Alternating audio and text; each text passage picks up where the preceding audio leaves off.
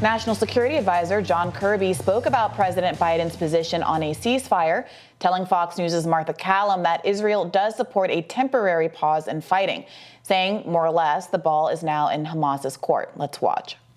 He believes it's important that we get a temporary ceasefire as soon as possible. There's a deal on the table, Martha. Hamas just has to take it. It's a deal that the Israelis have signed up to. It's forward-leaning.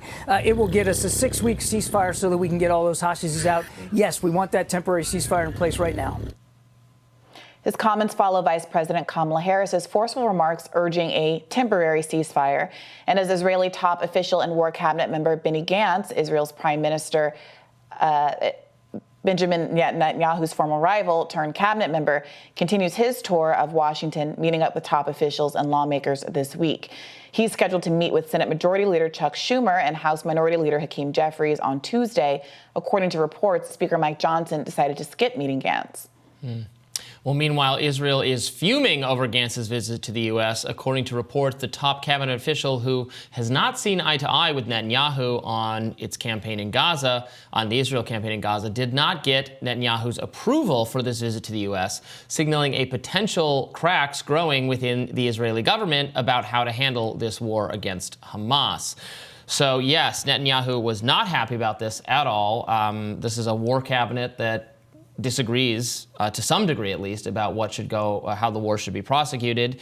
Gantz meeting with Democratic lawmakers here in D.C., though not meeting, interestingly enough, with House Speaker Mike Johnson, which seems like a deliberate choice on Johnson's part, on the Republicans' part. Yeah, so I think it's important to situate this all in the broader context of this rhetorical pivot that Democrats started right before Michigan.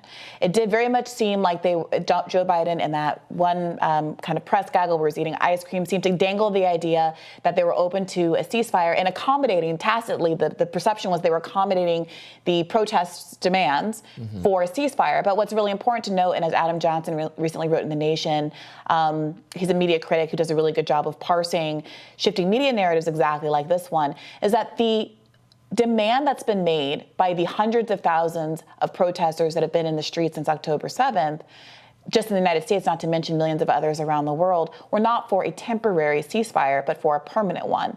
And the administration is well aware of the fact that there have been other ceasefire agreements on the table that Israel has rejected precisely because they are trying to get to a more lasting peace that resolves the underlying issues that brought Hamas to bear in the first place, which is the continued occupation of Palestine.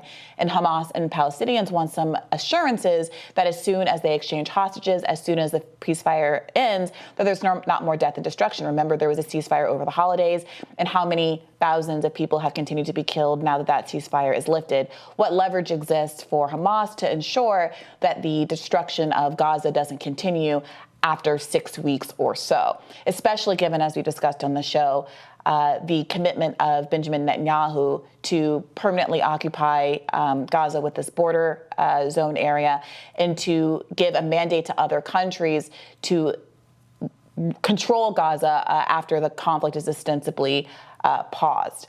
So in that context, coming back to the Gantz point, there is an argument that because Gantz is a political rival of Benjamin Netanyahu, that there's a bit of an optics battle at play. Netanyahu is very vulnerable in Israel. The idea that he could be pressured by basically showing grace and respect for his political opponent is likely what's going on here. Whether or not that actually has an effect on changing politics back home is one question. And another question is, why do you need to go through that sort of a pantomime if it's true, as Mehdi Hassan and others have been arguing for some time, that Biden could exert leverage on Israel and stop these bombardments and allow more food into Gaza simply by conditioning aid on doing so. Right. I mean, what Biden's team is pushing for now, the temporary ceasefire, is not something so far that Netanyahu has been interested in doing, but it seems like there might be some internal disagreement on that, that Gantz might be interested in that. The long-term ceasefire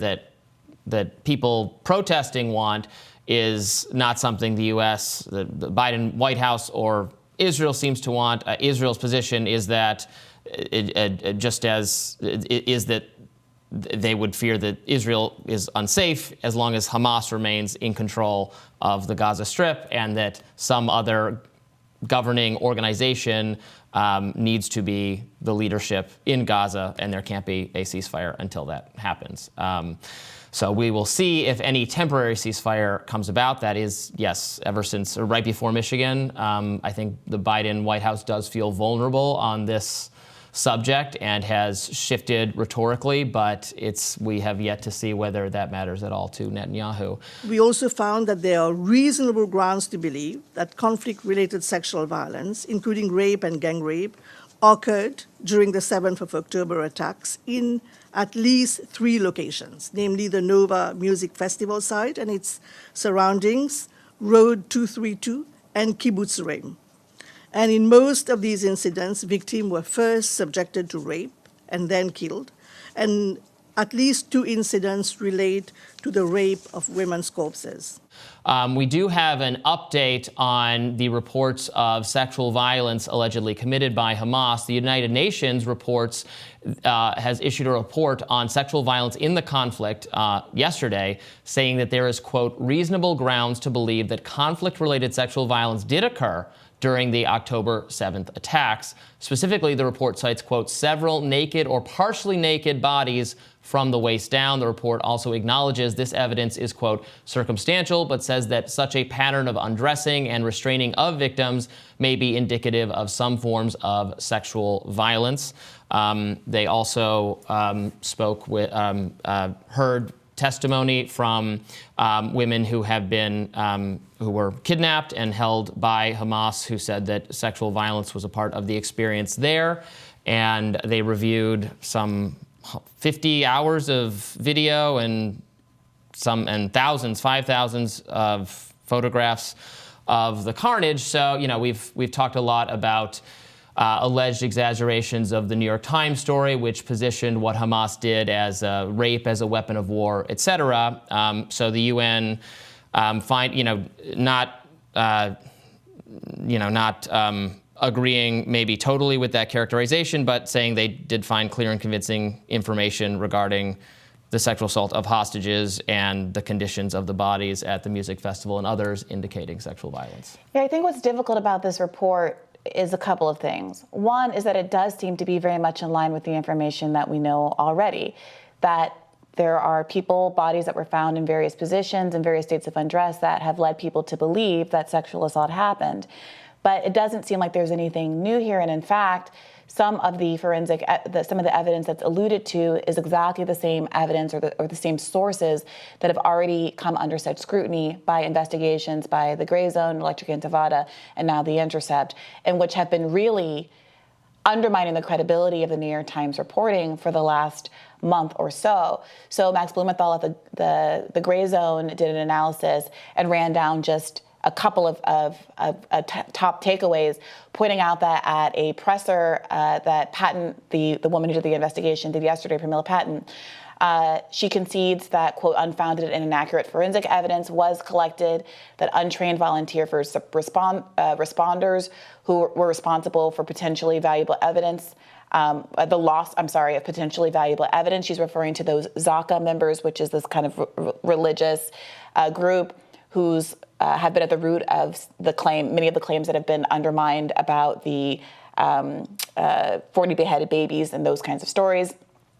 There was specifically a very visceral and horrible allegation about sexual violence that happened at Kibbutz Be'eri, which could not be validated or verified by the UN report. It found that 3 major allegations by Zaka were unfounded. There was no attribution to Hamas of the sexual violence.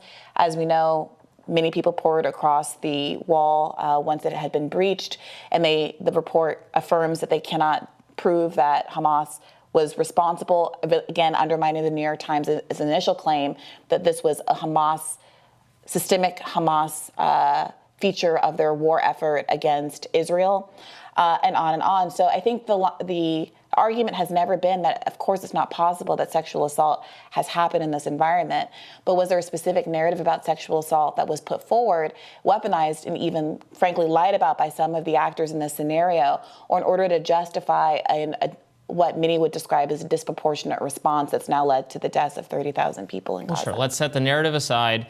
This is just the UN issuing a report saying they looked at the evidence and they find reason to indicate that sexual violence did occur during October 7th based on the conditions of the bodies, and then subsequently based on what they have heard from people who were kidnapped by Hamas and held by Hamas. Well, Gaza. just one other thing to note, that Pramila Patten admits that the information that she received through her individual investigation is limited for the following reason. I'm just going to read from the report. She says, it must be noted that the information gathered by the mission team was in large part sourced from Israeli national institutions. This is due to the absence of United Nations entities operating in Israel, as well as a lack of cooperation by the state of Israel with relevant United Nations bodies with an investigative mandate. So she did not have said mandate. Which is a reminder of the combative nature relationship between the UN and Israel. Not an organization, I would say, that is a history of being overly friendly toward Israel. And she does call for, is trying to investigate the accusations of Israeli abuses against Palestinians. She did. As well. She did. Let's be clear about the word investigative then, because this is also from her report. Given the mission was not investigative, it did not gather information and or draw conclusions on attribution of alleged violations to specific armed groups. Such attribution would require a fully fledged investigative process, which was not what was done here. Again, that's a direct quote from her own report. And as I mentioned before, the position that she comes to is largely based on what is described in the report as circumstantial evidence. So what it feels like, again, is we're kind of in the same place that we are before, unfortunately, without having that more fulsome investigation, without Israel allowing a third party like the United Nations to come in and do an investigation. Then we're going to be in this weird holding pattern for a long time. I guess. I just don't, yeah.